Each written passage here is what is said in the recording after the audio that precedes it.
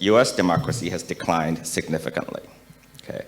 VDAM, this outfit in Sweden, also says their surveys show a global decline in democracy. And interestingly, it says US-aligned nations decline the most for some reason. Okay. Larry Diamond, who is one of the most senior democracy scholars in the world, have been complaining about what he called democratic recession for many years, and recently has just upgraded that to a crisis level.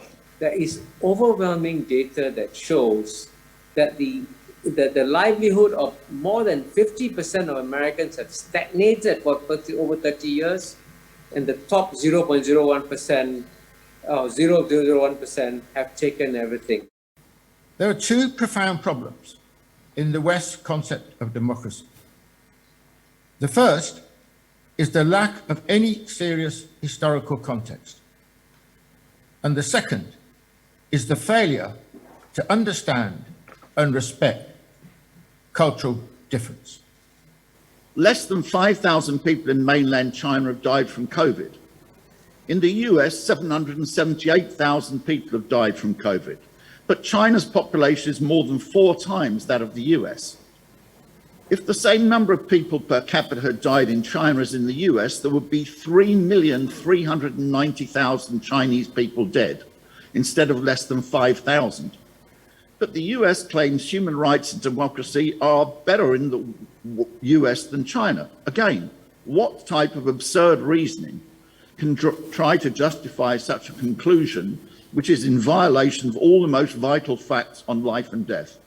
In summary, in the theory of liberal democracy, everything is standing on its head.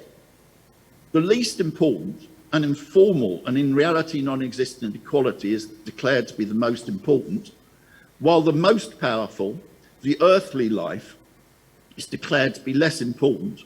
I would argue a strong, healthy, functioning democracy has functionally become a plutocracy, and really we need to understand what has gone wrong there, because if this is going to be the model of the rest of the world, then we have a problem.